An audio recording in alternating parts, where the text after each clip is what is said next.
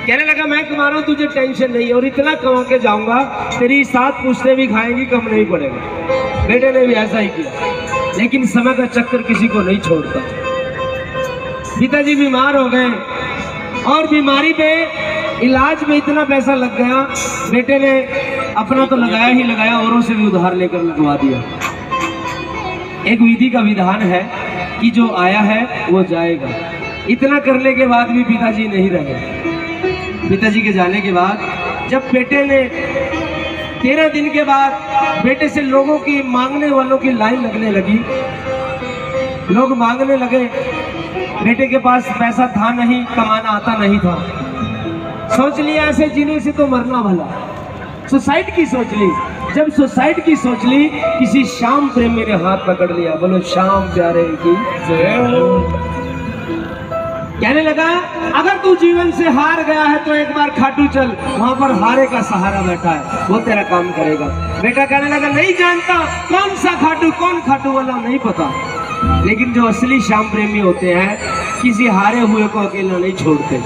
ध्यान रखना, अगर आप श्याम प्रेमी हो, खाली निशान लगाने से श्याम प्रेमी नहीं होते, हर महीने खाटू जाने से श्याम प्रेमी नहीं होते, कार के पीछे स्टिकर लगाने से श्याम प्रेमी नहीं होते। असली श्याम प्रेमी वो होते हैं किसी हारे हुए का हाथ पकड़कर। अपने खर्चे पर खाटू ले गया, खाटू ले जाकर 13 सीढ़ियों पर छोड़ दिया। कहने लगा चढ़ जा, वो बैठा।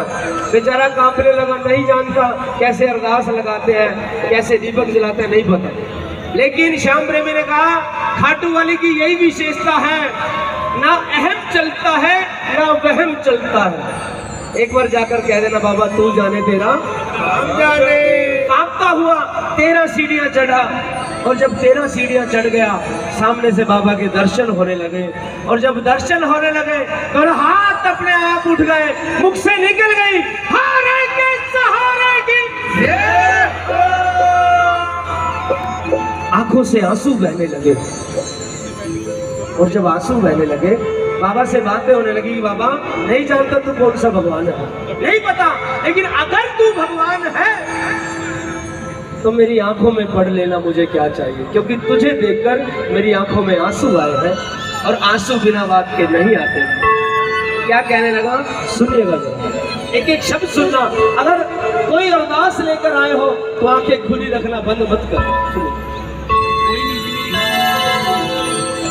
दुनिया ने बड़ा सताया हूँ,